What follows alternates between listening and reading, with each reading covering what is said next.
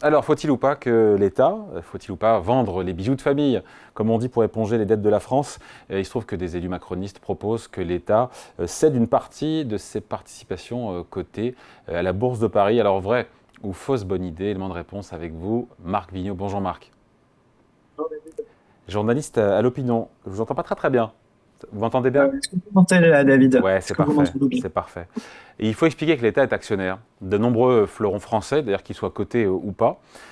Pour ce qui est coté, on peut citer Airbus, Safran, Thales, Orange, Renault, la Française des Jeux, Stellantis, et j'en oublie.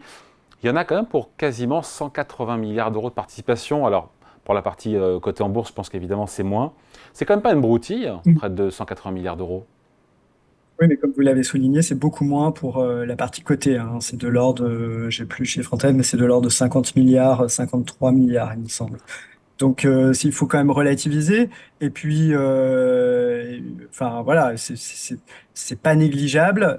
Ça résoudra pas nos problèmes de déficit. Faut être clair. Alors on va expliquer, mais d'abord la question se pose de se dire, tiens, mais qu'est-ce qui peut justifier que l'État français soit toujours actionnaire d'entreprises qui sont aujourd'hui totalement dans le champ concurrentiel, comme Renault, comme Stellantis, ou qui risquent pas a priori de quitter notre territoire, comme on pense à Orange ou ADP, hein. Qu'est-ce qui légitime, encore une fois, que l'État soit actionnaire de ces boîtes-là, spécifiquement Pas celles-là, hein? Comme, Je ne parle pas de comme Thales, je ne Renault, parle pas de... pas comme Renault ou Stellantis, on se rappelle quand même qu'il y a des constructeurs automobiles qui, pendant la crise de la zone euro, ont quelques petites difficultés et qu'il a fallu faire venir l'État pour les sauver, hein. On se rappelle de PSA. Donc, avoir une participation de l'État, enfin, voilà, c'est un héritage du passé. C'est pas forcément toujours justifié, mais ça permet de stabiliser un actionnariat. Ça permet que l'État ait parfois un membre au conseil d'administration, voit la stratégie de l'entreprise. C'est exactement ce que vient de décider le gouvernement pour Opella, hein, qui est Opella, c'est vendu par, Sanofi, la vente voilà, qui est du vendu par Doliprane Sanofi, exactement. à un fonds d'investissement américain. Exactement. Donc, voilà, on peut se dire, en cas d'accident, ça peut être éventuellement utile d'avoir l'État présent. C'est vrai que l'État n'a pas grand-chose à y faire en période normale. Après, ça fait que l'État touche des dividendes et on dit souvent que les dividendes de ces entreprises qui peuvent être des multinationales, bon, bah, sont assez élevés parce qu'elles sont assez profitables. Donc, si c'est le contribuable français qui, à travers l'État, en bénéficie d'une partie puisqu'on n'a pas de fonds de pension, bah, pourquoi pas? Hmm. Gérald Darmanin, Marc, est plutôt favorable à ce que l'État cède une partie de ses actifs, ses actions cotées en bourse. Il dit c'est une bonne idée, mieux vaut augmenter, mieux vaut réduire, enfin mieux avoir cet argent pour réduire le déficit que d'augmenter les impôts. C'est pas une bonne idée ça de... Je suis pas totalement d'accord parce qu'en fait, comptablement, en fait, la cession de participation, comme on n'a plus l'actif en face, ça ne réduit pas le déficit public. Donc en fait, puis ça ne le réduit pas de façon structurelle. Ça veut dire que si vous avez facilité votre première marche une année, donc oui, vous pouvez un peu diminuer votre ajustement une première année, mais ça veut dire que l'année d'après, la marche qui aurait dû être franchie aurait dû être plus petite et là, vous allez soudainement l'agrandir Oui, puisque mais Marc, mais ça la soulage réduction du en année déficit. 1 quand vous vendez des titres et un bout de participation de Renault ou Stellantis, ou quel que soit le choix de l'action, ça réduit ou pas le déficit et ou la dette en année, l'année où vous vendez la participation? Non, ça ne réduit pas le déficit officiellement au sens de Maastricht et donc ça ne vous permet pas de réduire votre déficit. En Donc ça revanche, réduit la dette, ça réduit la dette. ça réduit la dette. Exactement. Donc c'est une fausse Et bonne idée. donc, c'est une mauvaise solution. Je pense que la majorité est voilà, plaide contre les hausses d'impôts. D'une certaine manière, elle a raison, l'ex-majorité. Moi, je suis plus intéressé par la réforme de l'assurance chômage, qui me paraît avoir plus de sens que de vendre des participations qui, par ailleurs, rapportent de l'argent, rapportent des dividendes. Donc, ça veut dire que dans quelques années, on n'aura plus les dividendes qui sont associés à ces participations et il faudra augmenter l'effort par rapport à l'effort qui est prévu dans les prochaines années. Donc en fait, ce qu'on va gagner en année 1, on va le reperdre en année 2 ou en année 3, franchement. Et en plus, on va perdre les dividendes qui sont associés. Euh, Dividendes qui sont, j'ai regardé, de 1,6 milliard d'euros en 2023 pour les entreprises ouais. cotées. Donc il Je y aura un rappelle que manque à Bruno Le gagner. Maire a, Ouais.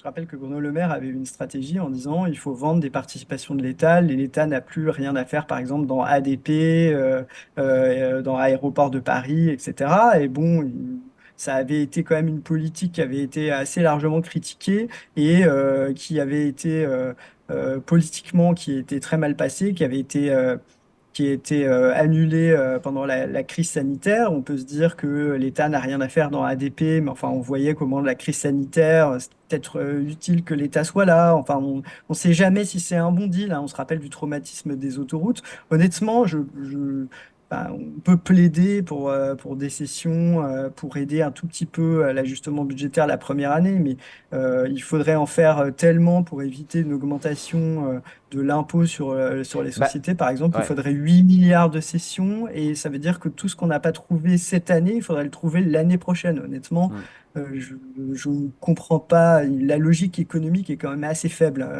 à mon sens. Après, c'est quelque chose qui peut se discuter. hmm. Voilà, mais Après, certains diront, Marc, que Gérald Darmanin, c'est son idée notamment, et Olivia Grégoire également, ils n'avaient qu'à le faire quand ils étaient au pouvoir. C'est marrant qu'ils proposent ça maintenant. Mais juste, mais en plus, il y a eu des sessions de participation hein, au fil de l'eau. L'agence des participations de l'État, elle gère son portefeuille au fil de l'eau en fonction des dividendes qu'elle peut avoir, des participations plus stratégiques qu'elle pourrait faire à l'avenir. Et donc, elle a besoin de récupérer de l'argent euh, pour avoir des participations plus stratégiques. Voilà, ce portefeuille, il y a déjà eu des sessions au fil de l'eau, hein. Est-ce qu'il faut en faire de façon massive dans la précipitation pour trouver absolument des milliards d'euros? Bah, moi, je pense qu'il y a plus de choses à faire du côté des réformes structurelles, notamment, comme je vous disais, la ouais. réforme de l'assurance chômage. Bien sûr, Marc, mais si on prend au mot ce qui a été dit par Gérald Darmanin et consorts de vendre 10% des participations de l'État dans les boîtes privées qui rapporterait 18 milliards d'euros. Mais là, pour le coup, si je reboucle avec ce qu'on s'est dit au début, c'est quoi ce chiffre? Parce que sur tout ce qui est coté, il y a pas 180, vous avez dit, c'est 50 milliards. Ce qui est coté, donc 10% de 50 milliards, ça fait 5 milliards d'euros de recettes. Donc le compte n'y est pas. Un chiffre purement politique. C'est comme quand Gérard Darmanin vous dit il faut faire 4 milliards d'économies sur l'audiovisuel public. Alors pourquoi pas? Mais ça veut dire supprimer en fait France Télévisions et France Inter et le privatiser. Donc qu'ils le disent clairement. On peut avoir ce débat, mais quand vous le dites sans le dire, c'est quand même un peu bizarre. Bon, voilà, pour moi, c'est une pure logique politique pour montrer que l'ex-majorité qui refusait totalement les hausses d'impôts a des solutions alternatives. Sur le papier, elles ne sont à ce stade pas extrêmement crédible et il ferait mieux de nous dire comment on fait pour réduire intelligemment la dépense et comment engager Hmm, une réforme de l'État qui va produire des économies. hmm. Donc, et d'ailleurs, c'est même pas réaliste d'imaginer que l'État puisse vendre 10% encore une fois de toutes ses participations cotées. C'est une vue de l'esprit. On dit que ça a peu de chance. Ça pourrait rapporter potentiellement 5 milliards d'euros. Ça ferait pas baisser le déficit, vous m'avez dit, mais seulement la dette. C'est toujours ça de prix. Et donc, on parle d'un truc qui, au final, a peu de chance de se réaliser ou ça restera à la marge. Cas, ça a peu de chances de se réaliser puisque vous voyez bien que le gouvernement n'y est pas très favorable, je pense, parce qu'il fait à peu près le raisonnement que je viens de vous tenir, c'est-à-dire avoir un gain là dans l'immédiat et puis après perdre les dividendes. Bon, bah, le deal n'est pas forcément très bon. Bah, On ça peut dépend du cours de l'action. Ça dépend si l'action est au plus haut ou pas, d'ailleurs, hein. C'est un sujet, Oui, ça. oui, bien sûr, mais après, c'est le flux actualisé de dividendes. Pendant une longue d'années, vous auriez touché le dividende, hein, même quand l'action est haute. Enfin, ça dépend aussi les perspectives de profit. Si le cours de l'action est haut, ça veut dire que les actionnaires attendent un flux de dividendes actualisé qui est plutôt élevé. Voilà, mais on peut regarder ligne par ligne et se dire ça, c'est pas stratégique, ça, c'est pas stratégique, etc. Mais d'abord, on le regrettera peut-être dans quelques années. Mais surtout, voilà, est-ce que ça va ça va régler notre problème de déficit? Je ne suis pas sûr. Après, encore une fois, ça peut se discuter politiquement. C'est pas complètement absurde. Mais il ne faudrait pas faire croire aux gens que ça va les dispenser d'avoir un effort d'ajustement des finances publiques qui va être important et qui devra mettre à contribution la plupart des Français. C'est surtout les dépenses publiques, c'est essentiellement le modèle social et faire croire qu'on a des solutions pour ne toucher personne, pour ne pas toucher aux dépenses sociales, pour ne pas réformer l'État, Hmm. bah, je crois que c'est pas une bonne idée parce que Donc, c'est une fausse je bonne crois idée. qu'on fait passer aux gens des vessies pour des lanternes. Fausse bonne idée, selon vous. A priori, plutôt pas un très bon deal économique. Après, on peut, pour discuter de la proportion, se dire, bon, bah, on atténue l'effort cette année parce que l'effort, forcément, ça va peser sur la croissance, donc on vend un petit peu. Après, dans quelle proportion? Il faudrait regarder le portefeuille des participations de l'État, il faudrait se poser la question sur chaque entreprise, à quel point c'est stratégique, à quel point ça peut nous donner des dividendes à l'avenir. À mon avis, ce travail-là, il n'a pas été fait. Et puis, c'est ce que vous disiez tout à l'heure. Si il avait dû être fait, ce travail, bah alors que ne l'ont-ils pas fait avant? Voilà. Message est passé. Allez, merci beaucoup. Explication décryptage signé Marc Vigneault, journaliste à l'Opinion. Merci Marc, bonne journée. Merci, David. Salut.